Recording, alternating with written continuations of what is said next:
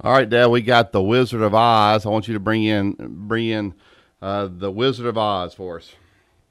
Well, I can tell you this. He's from Leeton, Alabama. All my people are from Town Creek, so we bump heads. But Ozzie Newsome was one of the greatest players. I don't know whether he's a wideout or whatever you want to call him. One of the greatest players in the history of Alabama football. Went on and signed with Cleveland and been in the Pro Bowl and been head of Baltimore, who's won it all. And he is a guy who has never changed. He's just been a guy that Alabama people love. Played so great for Alabama and has been an Alabama through and through. And I want to welcome him to the show. Thanks for coming on, Oz. How you doing this morning? Hey, Wimp. I'm doing very good. Good to talk to you people. Thank you. I've got Barry, my son, on the line, and okay. We appreciate so much you taking time to be on. I know you had a kind of a tough trip to California, but yeah, we did. Things that happens sometime pro football, doesn't it? Yeah, it does. You can't get caught up in September. You got to be trying to build your football team for December and January. But sitting here 0-2 we're not in a good place. But we got 3 division games coming up: Cincinnati on Sunday, Pittsburgh on Thursday, then back home to Cleveland. And so if we win those 3, it's all about winning your division. Like we wanted to win the SEC when we were at Alabama. So we still in position to do what we set out to do. I want to ask you this.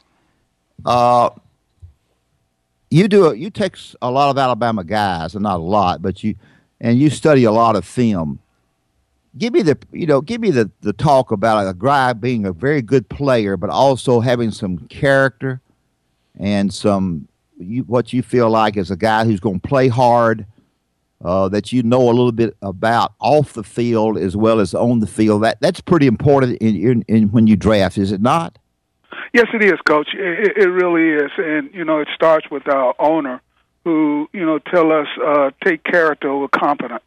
And not only we try to do that with all our employees here within the organization, but also when it comes to selecting players that have good character. And that goes back to, things that Coach Bryant, taught myself and all the players that came through at Alabama that you probably had a chance to sit and talk with. He always talked about the character of the person.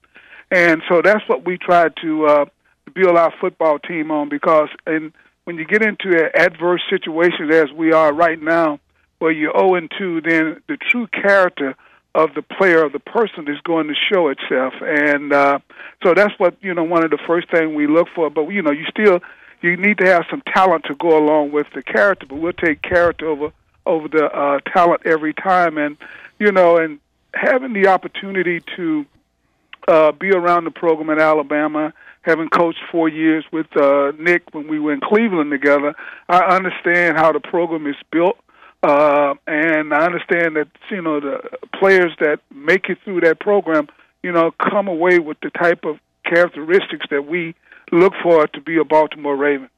I forgot all about you being with Nick at Cleveland. I sure did. I forgot all about that. But Barry, you have something?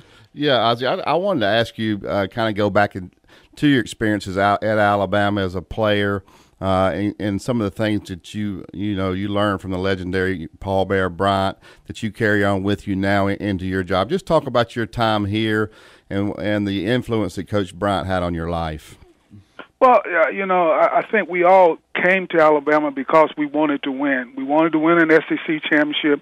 We wanted to beat Auburn, and we wanted to win a national championship. But also we wanted to grow as men, because no one was guaranteed the opportunity to move on to the National Football League, but you had still maybe 3/4 of your life to live in front of you.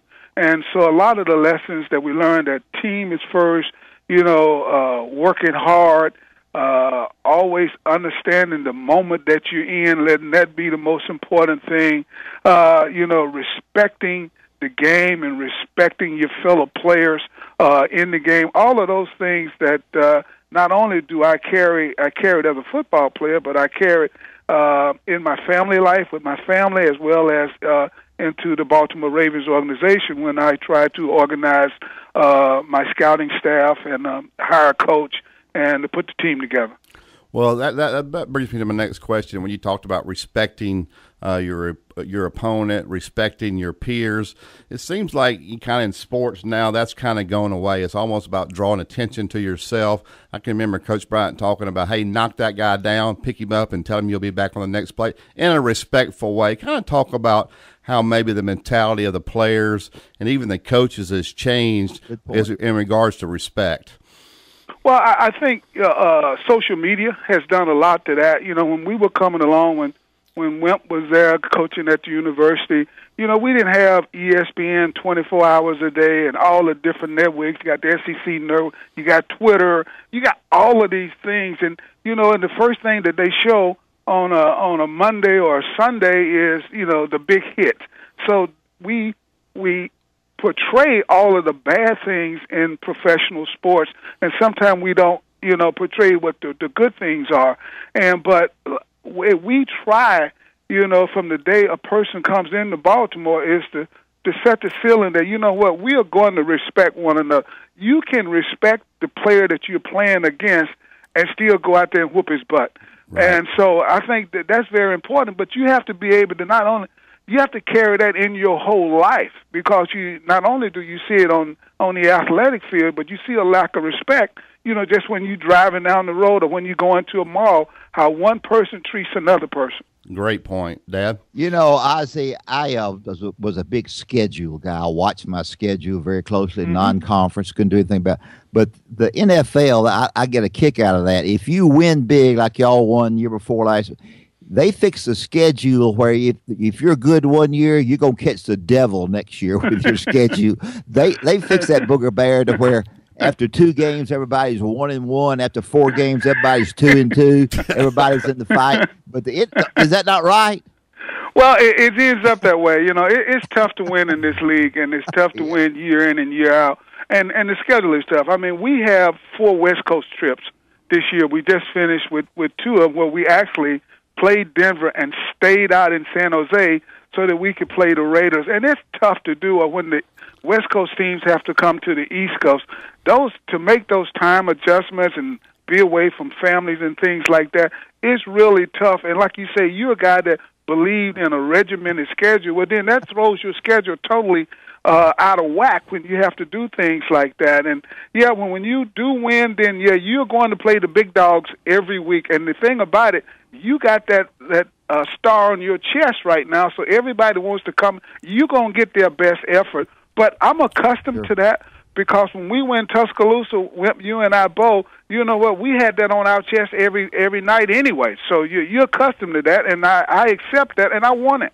Ozzie, he would never make it, though. When his non-conference schedule, half the teams you'd never heard of, directional schools, he had 10 wins before you threw the ball up. Okay, I don't hear all that. All right, let me ask you this. I always got a lot of questions about, hey, Wimp, how's that guy going to do in pro? Your guy going to do good in the pros? And my answer was, I think it's a little bit the way money is going to affect him. If he can handle his money and money won't affect him, if he doesn't get lazy on me because he's finally got some money in that right pocket, then I think he can play. Is that sort of a fair analogy? Yeah, no. I think you know what, the economic aspect of a person does change the person, you know, and what we found out, and me having to go through it myself, you know, some of the biggest issues is a player having to deal with his family and all of them having their hands out, you know, and feeling like I feel like I owe them something because they've been there for me. So you end up, you know, catering to your family. But yeah, it does. But what you have to realize that you started to play this game when there was no economics involved in it. You know, you played it for the fun of it. You played it for the camaraderie. You played it for the teamwork because it was 10 other guys or 4 other guys or 8 other guys that were depending on you to do your job, and you were depending on them. That's the fun of the game. If you just play for money, then you won't be in this game very long. Ozzie, I wanted to ask you. Go ahead.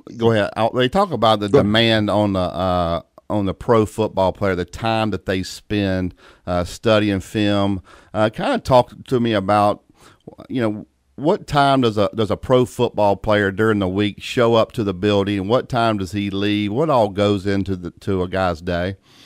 Well, in college you got the 20-hour week. Well, our guys may work 20 in one day. When I got to work today, I got here probably about 6:15, 6:30 this morning. It was already players here in the building, and those players will be in the building up until 6:30 or 7 o'clock tonight. Wow. They have to number one, they have to come in and get treatment for their bodies, even if they're not hurt. Little aches and stuff.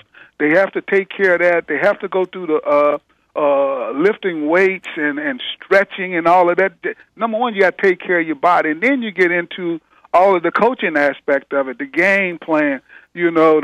From the whole team being together to just the defense to the specific positions.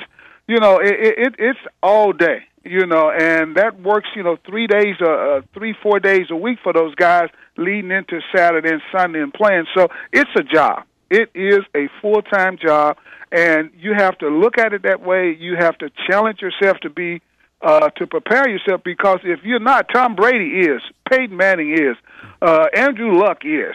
Those guys are doing it every day. So if you want to compete with those guys, then you have to be able to do the same thing.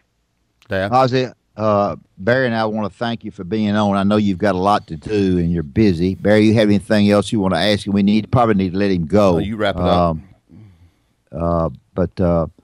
Hey, Wimp, Alabama, I have to say, I was Mississippi. listening at your commercial about Taco Casa, which I agree is great food. But that's the first time I heard someone advertise that they got good ice. Oh, Ozzie, they got the best ice. You put some Diet Mountain Dew or sweet tea on that ice. Woo! The next time you hear me, you'll be at Jimmy Raines' banquet. I'll try to come up with something new. Okay, all right. Well, thanks a lot, Ozzie. It's always a pleasure talking to you. Okay, hey, and roll tide. Roll tide. Okay.